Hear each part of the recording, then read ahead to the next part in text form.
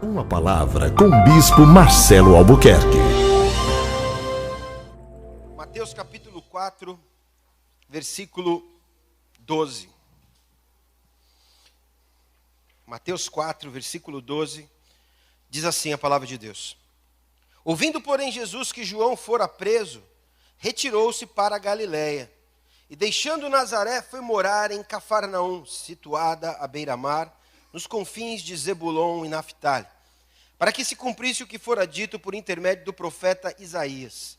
Terra de Nebulon, terra de Naftali, caminho do mar, além do Jordão, Galiléia dos gentios. O povo que jazia em trevas viu grande luz, e os que viviam na região da sombra da morte resplandeceu-lhes a luz. Daí por diante, passou Jesus a pregar e a dizer: arrependei-vos, porque está próximo o reino dos céus. Versículo 23.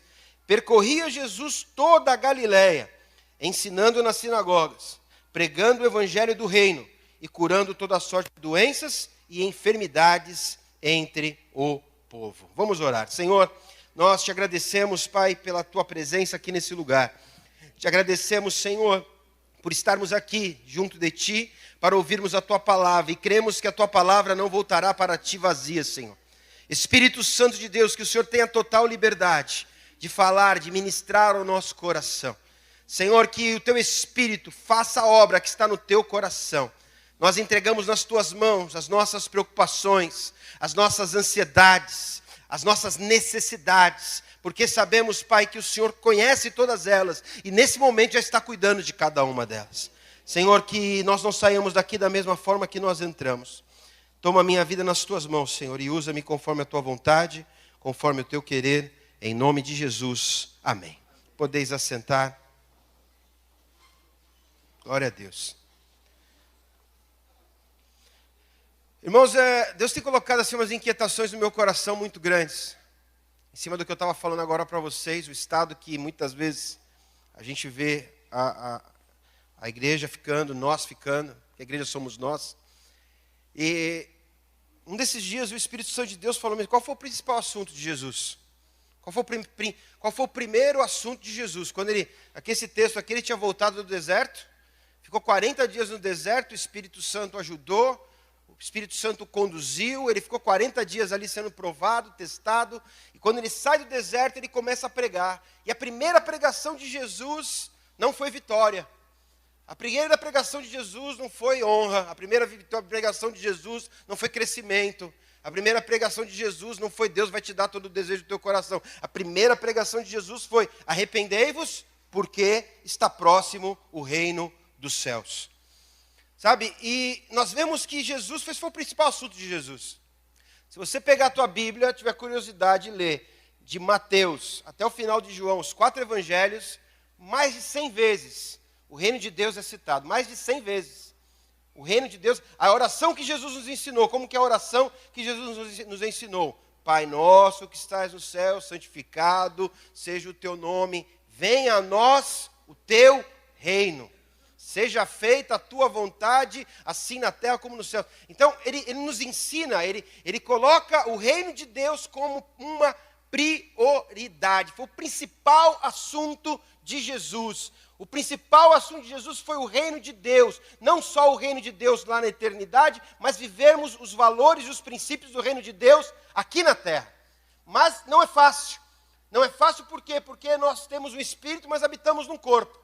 E a gente tem um monte de necessidade. A gente tem conta para pagar, a gente tem conflitos para resolver, nós temos crises existenciais, nós temos uma série de coisas que nos influenciam, que às vezes a gente está mais sensível para as coisas de Deus, às vezes a gente não está tão sensível para as coisas de Deus, às vezes as coisas de Deus têm uma importância maior na nossa vida, às vezes parece que nem tem tanta importância, tem hora que as coisas de Deus faz tanto sentido, tem hora que parece que não faz sentido nenhum.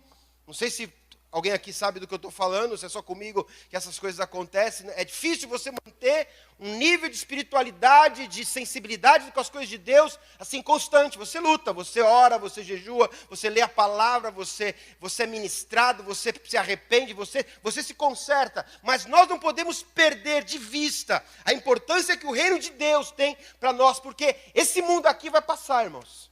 Isso aqui vai passar. Eu fiquei assim impressionado, um amigo muito querido lá de Londres, ele é inglês, pai dele indiano, casado com uma brasileira. E o pai tem muito dinheiro, uma pessoa que trabalhou muito, uma pessoa muito íntegra, muito honesta. E ele chegou a um ponto da vida dele em que ele não precisa mais ficar em lugar que tem frio. Ele não gosta de frio. Então o que acontece? Quando está verão no hemisfério norte, ele fica lá, mas quando chega o inverno, ele desce para a Índia, que é hemisfério sul. Então está inverno lá na Europa e está verão na Índia. Ele tem casa nos dois lugares. Bacana isso, né? Enfim. Mas aí o netinho dele está para nascer. Vai nascer agora, final de março.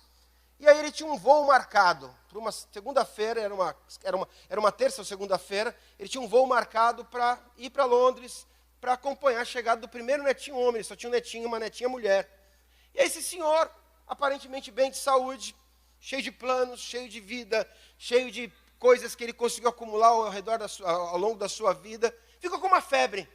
Fica com uma febre, vai no hospital. Que febre é essa? Revira o cara do avesso, scan, essas coisas todas que faz, ressonância magnética, uma série de coisas, e aí descobre que ele está com infecção no pulmão, e a infecção do pulmão passa para outro lugar, e o resumo da ópera, ficou entubado na quarta, lutando contra a vida, quarta, quinta, na sexta, morreu. Morreu. Não viu o sobrinho, o neto.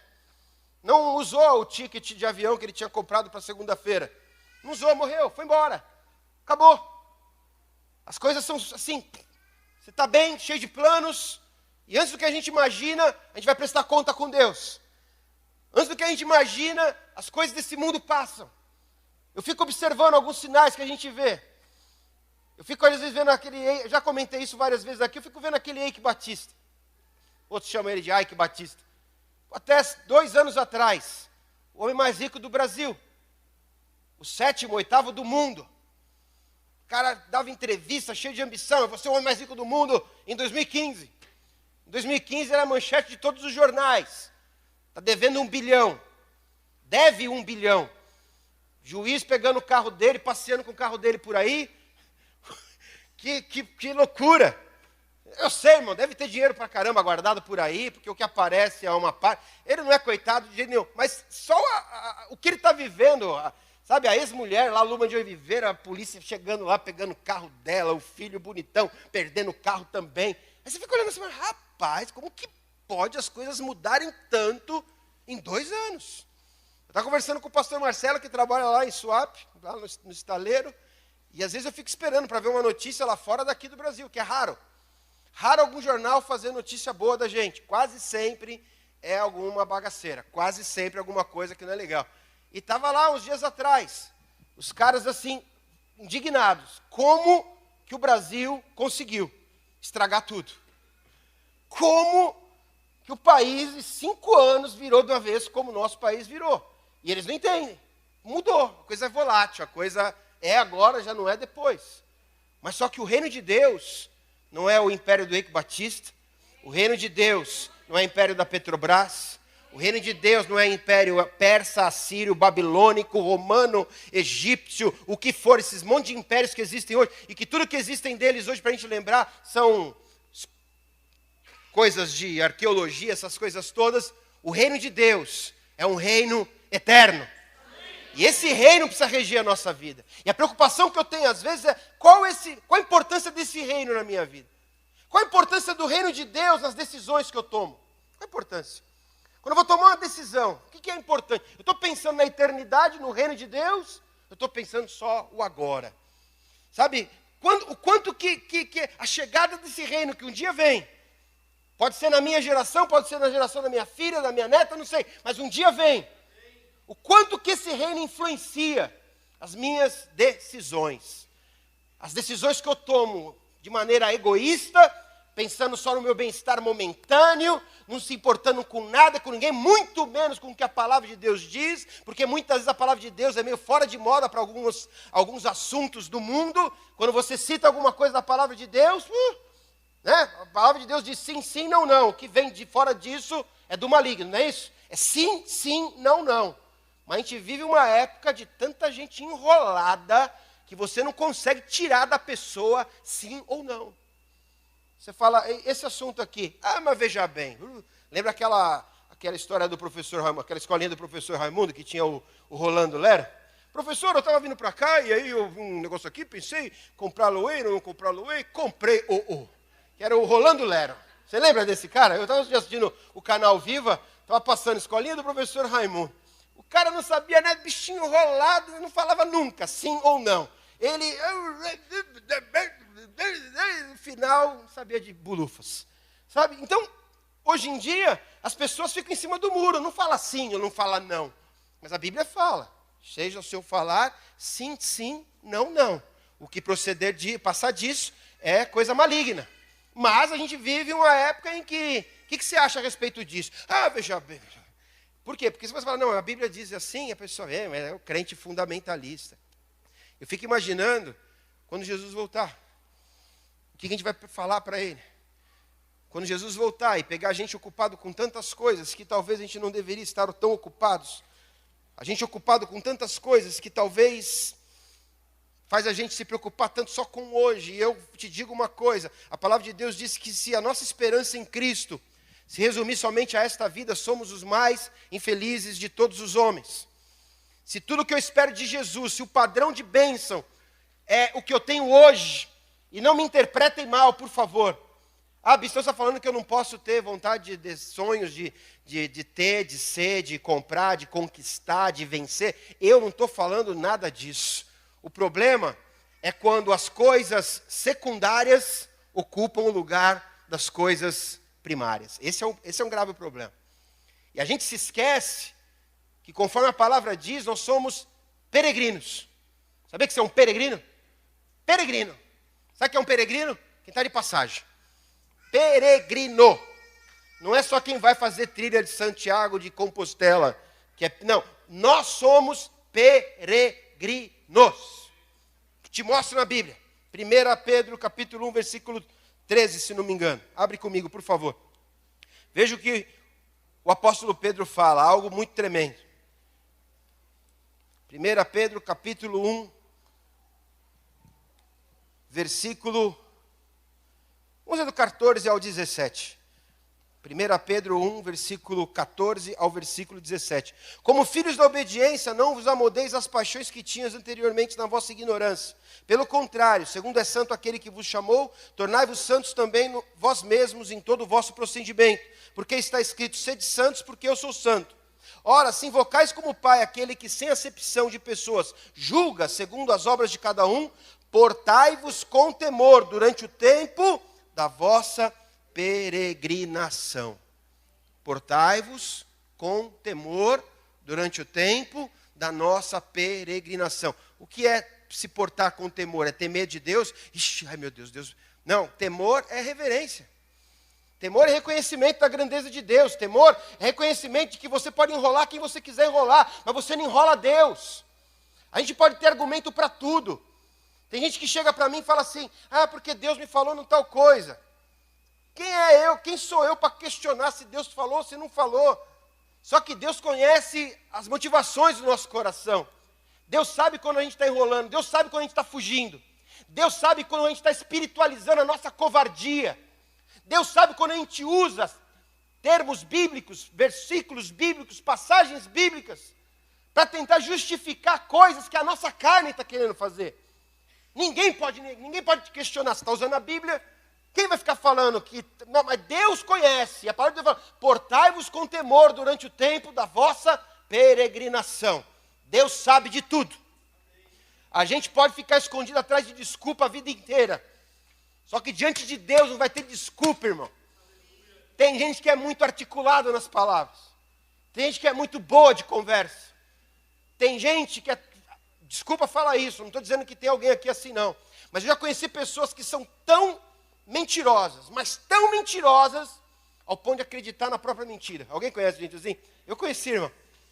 É impressionante. Tem gente que mente tão descaradamente. Tem gente que se profissionalizou na técnica da mentira, da dissimulação, que a pessoa chora contando a mentira dela. E você às vezes sabe que é mentira. E a pessoa... Você fala, rapaz, que é isso? Você é um artista. Quem assistiu o Fantástico domingo passado? Um cara na cadeia que dá cadeira e dá golpe. Liga para os hospitais e consegue ligar para o hospital e falar, você precisa de tal remédio e tal. O cara consegue roubar de gente 200 mil por mês. De dentro de uma cadeia. Arrumando o número de hospital. Não me pergunte como. O bicho sonso. Um bicho dissimulado. Acho que ele acredita na própria mentira dele. Sabe, e eu tenho que me importar com temor no tempo da minha peregrinação. Deus sabe. Deus conhece o meu coração. As desculpas esfarrapadas que a gente arruma para justificar a nossa negligência, a nossa omissão. As desculpas esfarrapadas que a gente arruma para justificar a ferida que a gente tem no nosso coração, que a gente não quer que seja curada. Porque às vezes tem gente que se perdeu o problema, perde o assunto. Então imagina se eu ficar curado, vou falar do quê? Imagina se Jesus me cura. Imagina se Jesus me liberta do meu trauma. Como é que eu vou ser vítima? Como é que eu vou ser coitado? Como é que eu vou ter uma história triste para contar para todo mundo? Como é que eu vou ter? Alguém vai perguntar para mim, você está bem? Eu estou bem. Jesus mudou a minha vida. Mas as pessoas às vezes se apegam. Eu conheço pessoas assim que o tempo já passou e a pessoa continua ali apegada. Agora, a palavra de Deus diz que nós devemos nos portar com temor no tempo da nossa peregrinação. Deus sabe. Uma coisa que eu preciso pedir para Deus e que eu peço para Deus, tem 2 orações que eu faço para Deus, irmãos. Entre tudo, tem 2 que eu peço para Deus desde que eu me converti. Eu me lembro sempre de Provérbios 1:7. O temor do Senhor é o princípio da sabedoria. Temor. Temor ao Senhor é o princípio da sabedoria. Eu conheço crentes sem vergonha desde que eu me converti. Crentes, deixa para lá o adjetivo. Entendeu?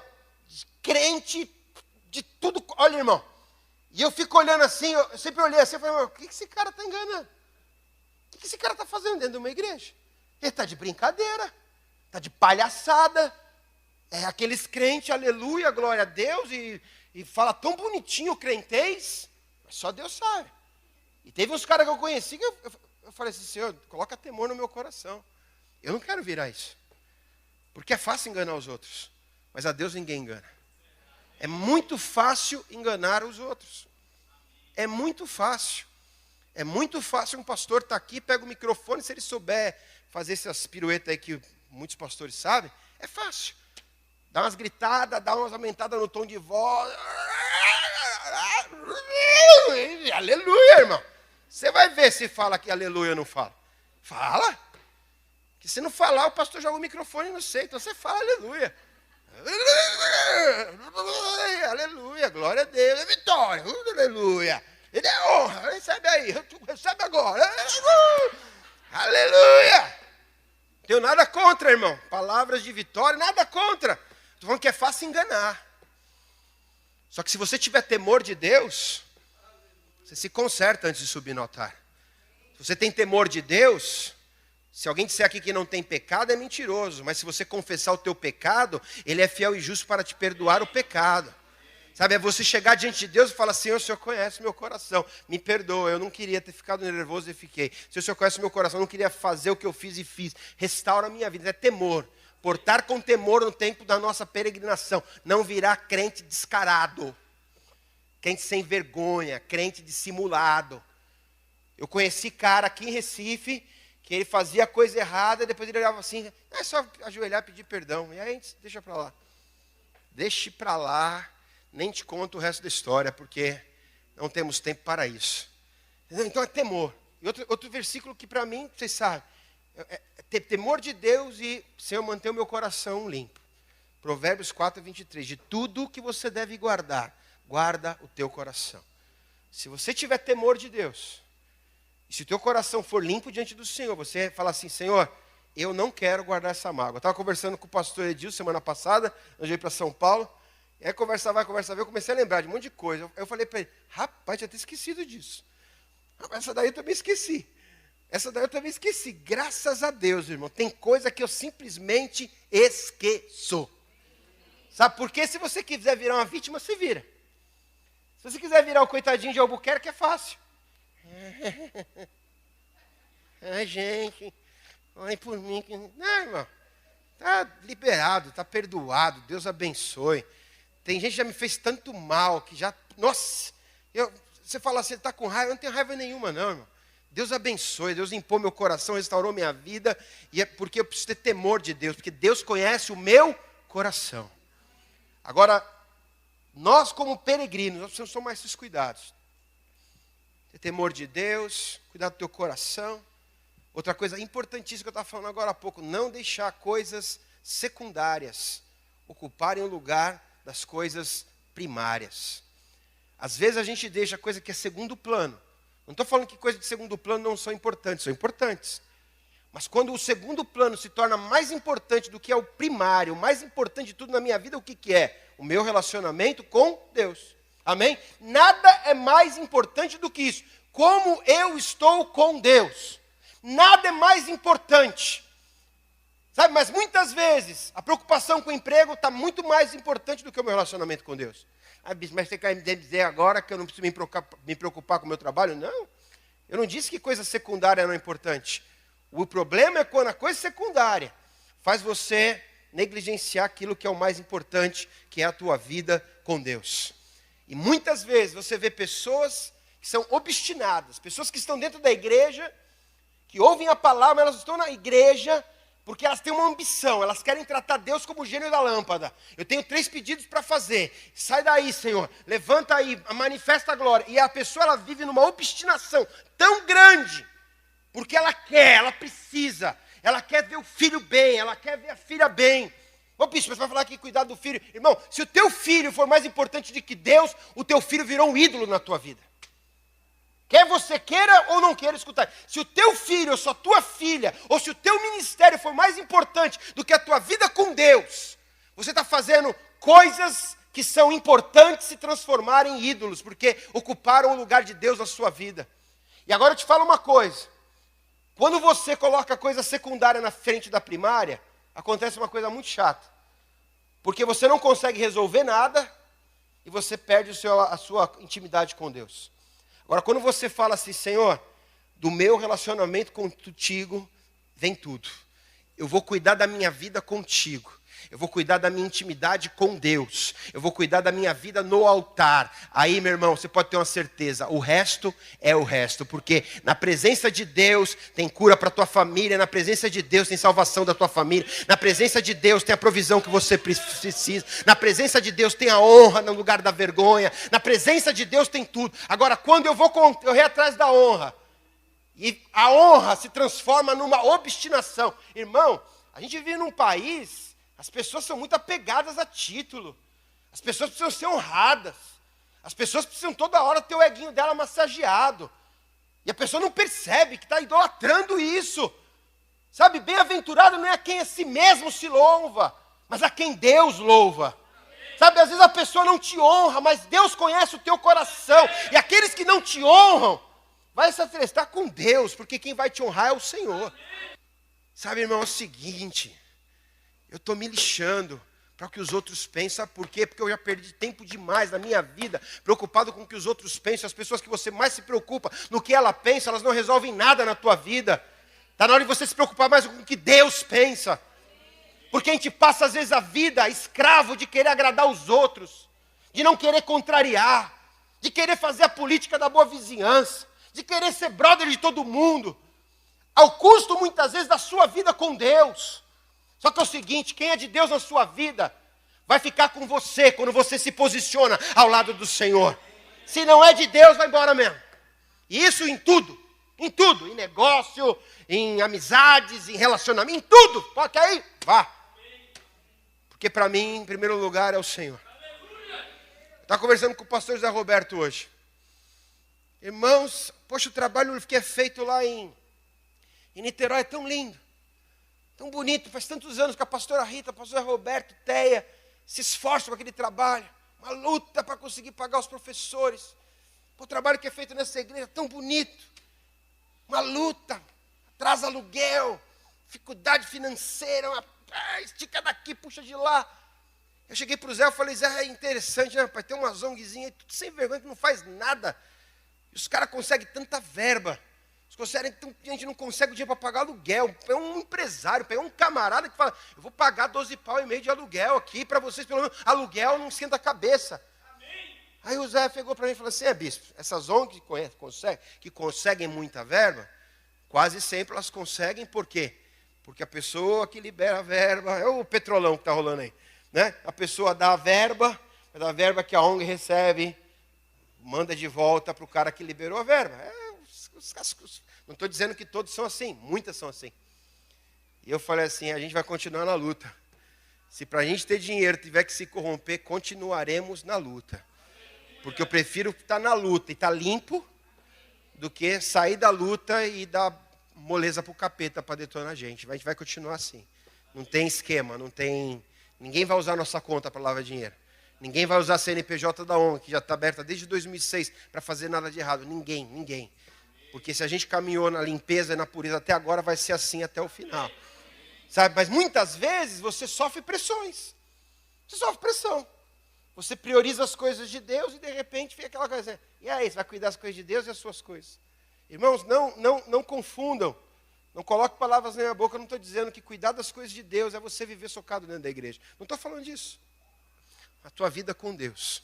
Sabe, você tem que tomar cuidado. Quando estudo, ocupa o lugar de Deus. Quando namoro, ocupa o lugar de Deus. Marido, ocupa o lugar de Deus. Filho, meu filho tem que ter sucesso. Minha filha tem que ter sucesso. Minha filha tem que ter sucesso. Eu estava outro dia muito feliz com a Esther. A gente tinha conseguido uma ótima escola. Acho que eu contei isso aqui na quinta-feira, eu vou contar para vocês. Estava muito feliz, porque a Esther estava estudando numa escola mais ou menos. E a gente estava numa lista de espera para colocar ela numa escola melhor. E... aí chegou uma segunda-feira, eu falei para a Fabiana assim, Fabiana, vamos lá na escola. A gente é que nem a viúva, a gente vai bater lá para saber que posição que a Esther está na lista. Porque é a escola cristã, muito boa, ela é muito boa. É a escola onde a Mariana estudava quando a gente morou lá na primeira vez. Uma escola muito, muito, muito boa. E quando a gente chegou lá, foi na secretaria, a mulher olhou assim e falou assim, nossa, ela está em primeiro lugar da lista. Ela estava em sexta, foi parar em primeiro.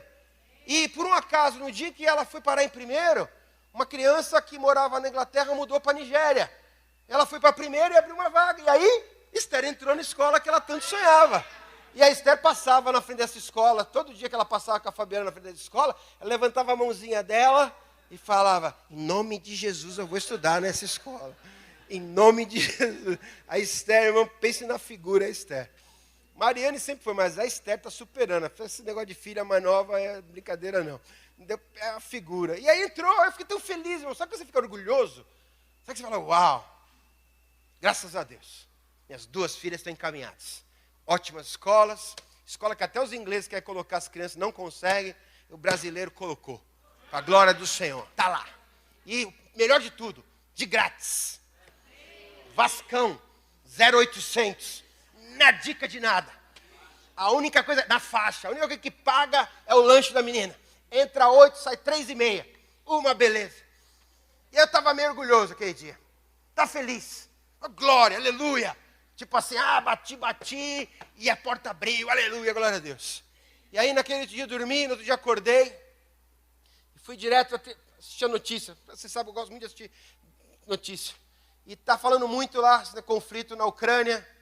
Esse conflito que está tendo lá, os separatistas russos que querem pegar a Ucrânia, a guerra, a ameaça dos Estados Unidos para a Rússia, os Estados Unidos quer armar os ucranianos, e aí o Vladimir Putin falou que se armar os ucranianos, ele não vai deixar barato, aí vai virar um angu de caroço, irmão, que a gente não sabe nem quais são as proporções. E aí fizeram um documentário na casa de uma mulher, ela tinha uma casa, e aí ela estava num cômodo com o marido, e as 3 crianças dela num outro cômodo.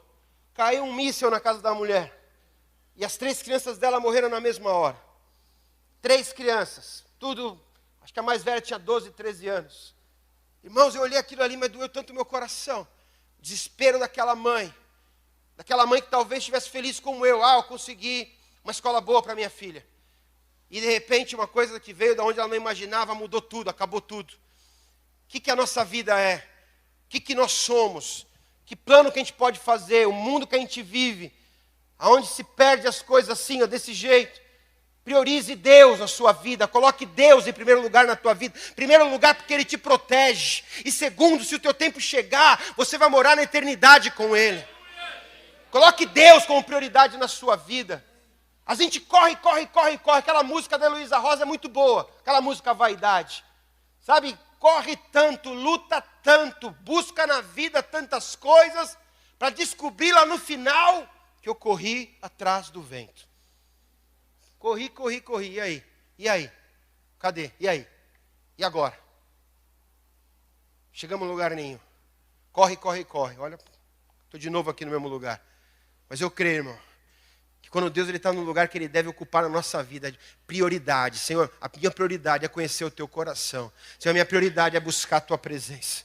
A minha prioridade, Senhor, o Senhor conhece a loucura, sabe, cheque para cobrir. O Senhor conhece, Pai, os problemas dentro de casa. Eu estava conversando com o irmão outro dia que aconteceu um monte de coisa com ele assim, mas foi muito intenso. Uma atrás da outra, mas coisas assim, intensas. Perda de ente querido, finanças, casamento, saúde, foi tudo numa pancada só, num período de 10 dias. E o irmão ficou assim meio anestesiado, sem saber direito o que fazer. E a palavra que Deus deu no meu coração foi para ele, foi assim: brother, é o seguinte, tem hora que a gente não tem todas as respostas, a Bíblia fala isso, que assim que a gente não sabe a direção do vento, assim como nós não sabemos como uma criança é formada no ventre da sua mãe, assim nós também não conhecemos todos os caminhos do Senhor, e a gente caminha com Ele pela fé. E é nessa hora, irmão, que é a hora que a gente coloca a palavra de Deus em prática, a hora que você vive 1 Pedro 5,7, eu me humilho sobre a poderosa e onipotente mão do Senhor, e Ele em tempo oportuno me exaltará. Senhor, eu não sei. Senhor, eu não compreendo. Senhor, eu não sei por que está acontecendo. Não sei por que deu tudo errado. Não sei por que eu estou enfrentando esse tipo de coisa na minha vida. Mas uma coisa eu sei. Tu és soberano, Tu és poderoso. E eu não quero permitir, Senhor, que essa pressão que muitas vezes vem sobre a minha vida me faça deixar o Senhor como segundo plano e me envolver com as coisas que eu preciso muitas vezes estar envolvido. Senhor, me ajuda no meio desse temporal, desse furacão, de tantas coisas que estão acontecendo. Hoje eu estava vendo, não sei que irmão que escreveu, eu achei tanto engraçado, porque fizeram um barulho por causa do redemoinho que teve esses dias em Piedade, aí hoje o céu estava laranja, o irmão, olha, o céu está laranja, não sei o quê. Sei lá, irmão, que redemoinho é esse, que céu laranja que é esse? Mas com o céu laranja, com o céu abóbora, com o céu roxo, estejamos bem com o Senhor em nome de Jesus. O dia do Senhor vem como ladrão na noite, quando andarem dizendo paz e segurança, virá repentina destruição. A gente não sabe, um dia por Senhor é como 1000 anos, e 1000 anos como a noite que se passou, a gente não sabe. Talvez a gente não consiga ver essa refinaria funcionando. Talvez a Fiat não produza nenhum carro, Jesus volte antes, sei lá o que vai acontecer, eu não sei. Eu vou fazer minha parte. Mas eu tenho que viver com santo temor no tempo da minha peregrinação, em nome de Jesus. Eu não quero estar vacilando, não quero estar ocupado com vaidade, Senhor. Eu não quero estar ocupado com coisas insignificantes, que gastam a minha força, que gastam a minha alegria, que gastam as minhas energias todas. Eu fico exausto, para quê? Para nada. Mas eu vou fazer o que a Tua palavra diz. Eu vou te buscar em primeiro lugar e todas as demais coisas me serão acrescentadas. Você crê nessa palavra, irmão?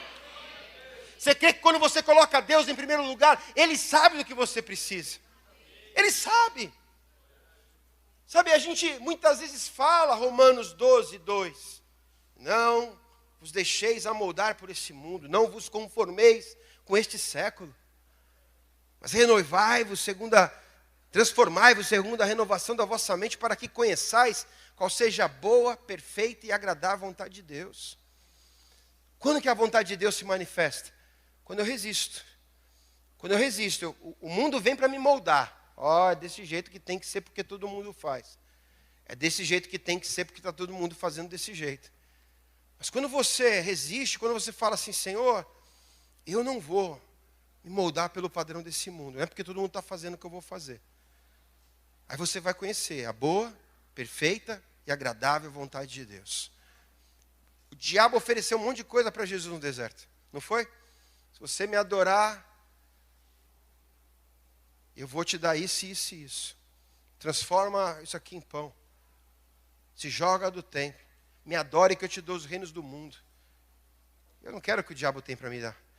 Eu quero que Deus tenha para me dar. Talvez a carne grite. Talvez as suas emoções fiquem aí meio conflituosas. Talvez um monte de coisa aí que você vai ter que enfrentar, esperar o tempo de Deus. Esperar o tempo de Deus. O tratamento de Deus. A gente volta lá para dentista. Sabe, esperar o tratamento de Deus. Você vai voltar aqui.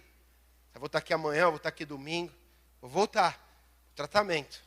Vou deixar Deus fazer a obra que Ele quiser fazer na minha vida. Entendeu? Não aconteceu do jeito que eu queria. Por que os romanos, os judeus tiveram dificuldade de aceitar Jesus como Messias? Por quê? Porque na cabeça deles, o Messias seria como Davi. Davi não tinha nenhum reino que conseguiu subjugar Davi. Davi, na época de Davi, ele teve paz por todos os lados. Então eles pensavam assim, Jesus, o filho de Davi, o Messias, que é da linhagem de Davi, vai vir, vai botar ordem nessa bagunça, os romanos vão voar tudo. Só que o reino de Deus não era o reino da terra. Quando Herodes chegou para Jesus e falou assim, você não sabe que eu tenho poder e autoridade para te prender ou para te soltar? Jesus olhou para ele e falou assim, olha, nenhum poder você teria se o meu pai não tivesse te dado. O meu reino não é desse mundo.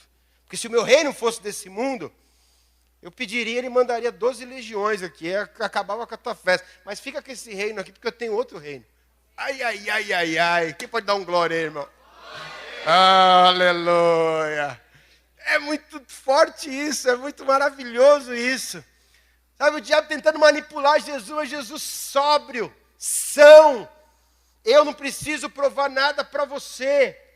Eu não preciso entrar no teu esquema, porque eu sei de onde eu vim. E eu sei para onde eu estou indo, aleluia. Eu não preciso descer no teu nível, eu não preciso fazer o teu jogo.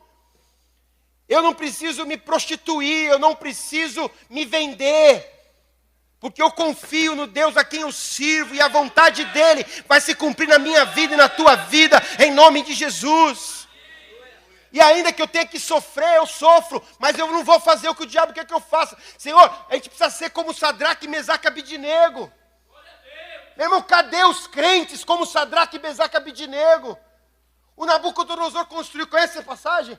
Nabucodonosor construiu uma estátua. E ele falou assim, na hora que tocar os instrumentos aqui, vai todo mundo ter que se dobrar a estátua de ouro que eu construí. E aí viram lá os amigos lá de Daniel, Sadraque, Mesaque e Abidinego, não se prostraram, ficaram lá, e aí pegaram e levaram ele para o rei. Ó rei, esses moleques aqui, ó, amigo de Daniel, que trabalha na corte, não se prostraram à sua estátua. E o rei, irmão, imaginando o rei.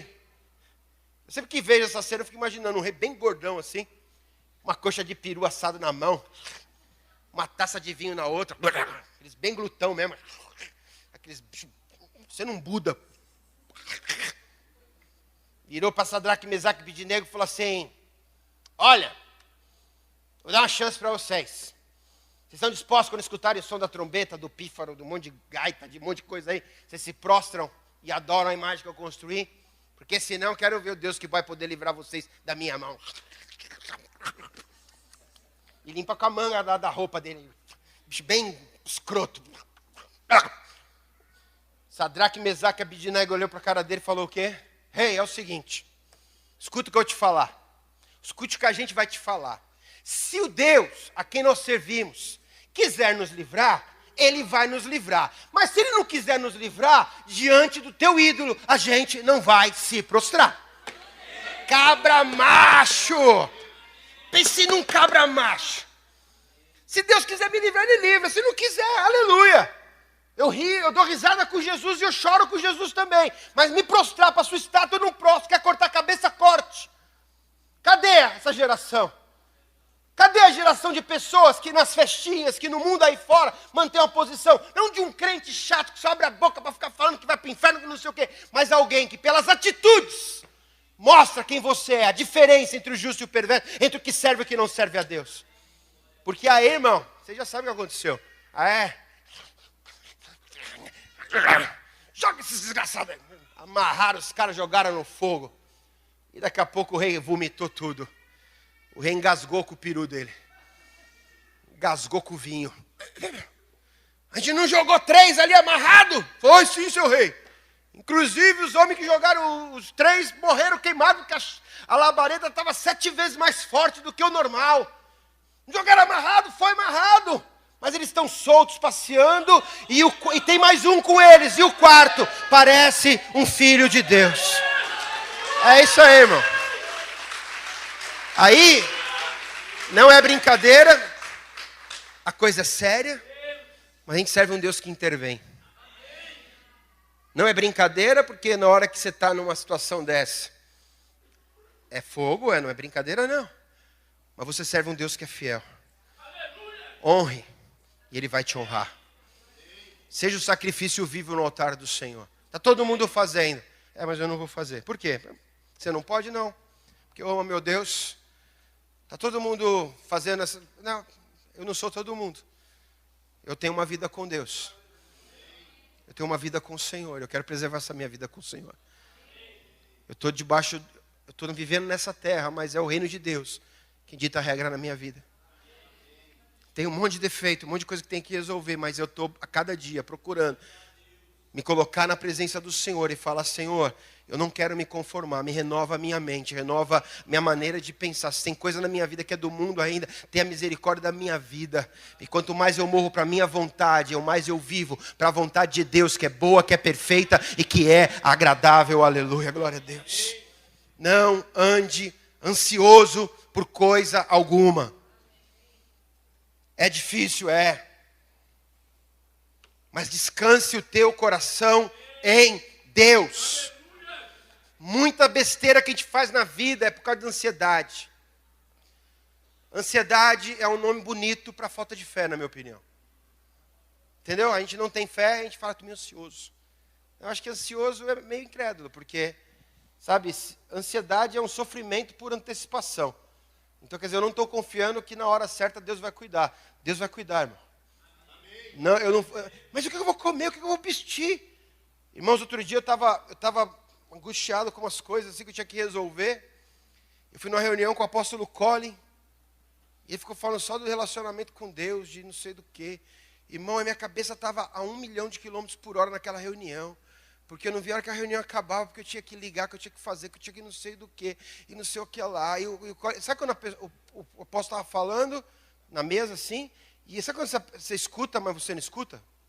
Sabe quando você chega aqui muito angustiado, e que você está escutando o pastor pregar, e você está escutando, mas você não está escutando? É um fenômeno maluco da nossa...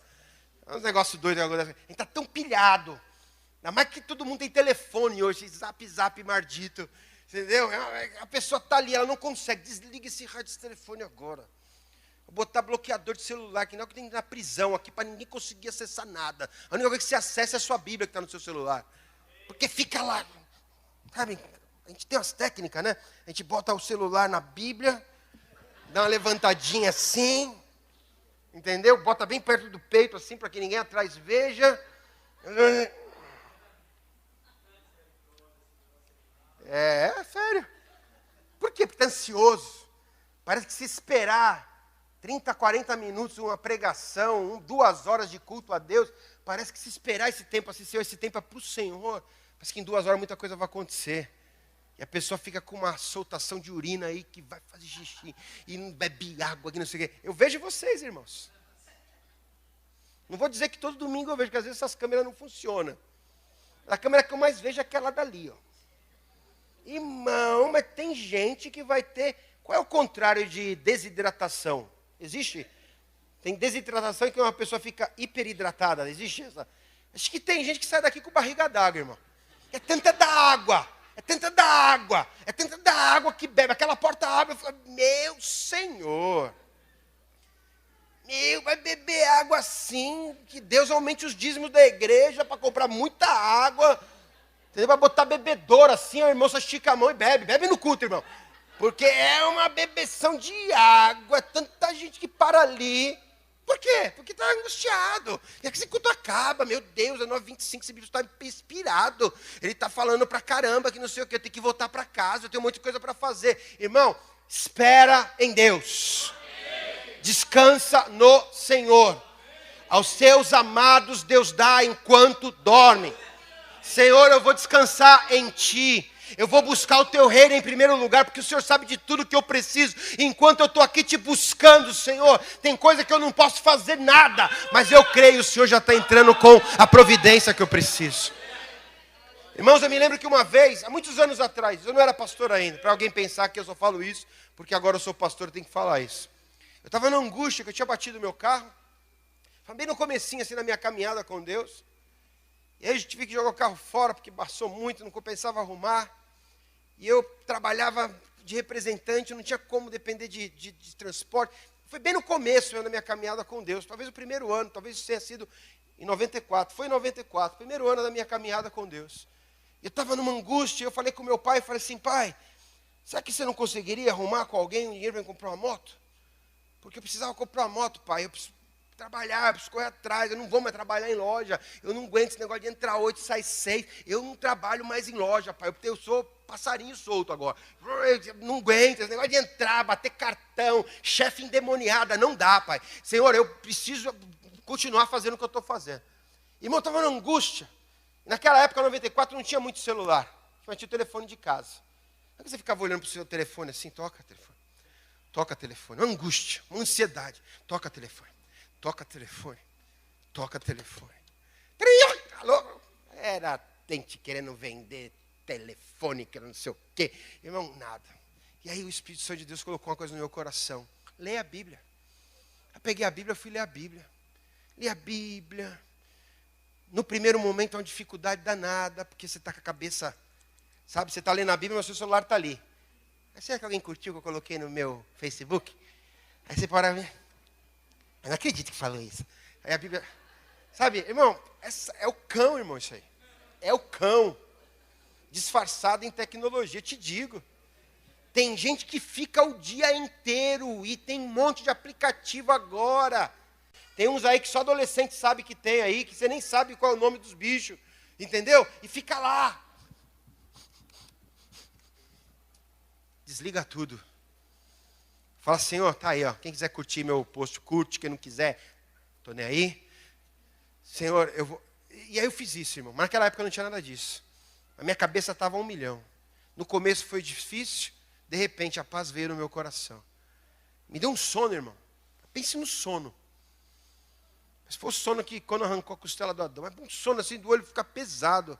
Você parado em casa, eu falei, vou dormir aqui mesmo. Eu lembro que eu deitei assim na sala. Deitei, acho que 1 hora. Acordei numa paz. Quando acabou a ansiedade, o que acontece? O telefone toca. Quem era, painho? Estou com o dinheiro aqui na mão para você comprar a tua moto. Aleluia, glória a Deus. E eu perdi a conta, irmão, de quantas vezes em outras situações que a ansiedade vem para te deixar louco. Você sai dando coice em todo mundo. O marido em cima da mulher. Acho que é isso, filho. Eu estou nervoso. A mulher que olha para o marido, que o marido até baixou a orelha. Que o cara fala assim, não fale com ela hoje não. A mulher está tensa.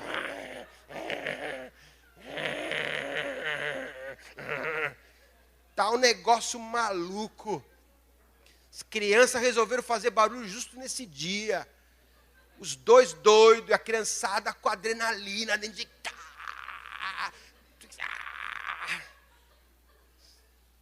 Aí, irmão, é nessa hora que você precisa ser crente. Falando sério, irmão. É nessa hora que você precisa ser crente. Ser crente com louvorzinho no fundo é fácil. Ser crente na igreja é fácil. É nessa hora que você tem que ser crente. É nessa hora que você tem que ser crente. Pense que a tua boca é consagrada a Deus, viu? Ah, porque eu tô com a moléstia hoje. Seta! Acho que o Satanás ele fica sentado nem na estante da tua casa, assim, no móvel. A crente doida, olha o crente maluco. Olha o xarope ali, ó. É nessa hora, quando tudo parece que saiu do teu controle. É nessa hora que nada está fazendo sentido. Que é hora de você se aquietar diante de Deus e falar, Senhor, o teu reino, a tua vontade, governa a minha vida. Eu não vou fazer o que o diabo quer que eu faça. Senhor, eu quero viver Filipenses 4:6. Eu quero entregar nas tuas mãos as minhas preocupações, a minha ansiedade. Eu quero te louvar, eu quero te entregar sacrifício de louvor. Eu quero te louvar na hora que está dando tudo errado. E a paz de Deus, que excede todo entendimento, guardará a tua mente, guardará o teu coração, em nome do Senhor Jesus Cristo. Coloque o que é prioridade como prioridade na tua vida. Faça os ajustes que você precisa fazer. Coloque Deus em primeiro lugar. Guarde as suas desculpas para você, não para Deus, irmão. Se separe para o Senhor. Se separe para Deus e fala: Senhor, me ajuda, tenha misericórdia da minha vida. Porque a gente é tão dependente de Deus, irmão, que é um texto que eu leio, assim, quando eu leio ele, eu fico assim: meu Jesus, não tem para onde escapar, não. Não tem para onde escapar. Se ler Romanos 2, se eu não me engano, é versículo 4. Paulo está falando assim: não ignore que é a bondade de Deus que te conduz ao arrependimento. Opa aí, irmão. Você não tem esse poder de falar assim: a partir de hoje, eu resolvo me arrepender. Até para se arrepender. Eu falo: Senhor, tem misericórdia no meu coração. Quem é aqui, irmão? Não precisa nem levantar a mão, se você não quiser. Mas quem aqui, você já ficou no momento da sua vida em que você viu que você estava frio, que você estava errado e sem vontade de se consertar? Quem aqui sabe do que eu estou falando? Frio, todo errado, não vou nem entrar em quê, muitas coisas, todo troncho, tudo bagunçado. E lá no fundo, a vontade é de enfiar mais o pé na jaca ainda. Eu estou mesmo. O cara que já está leproso, a feridinha mais ou menos.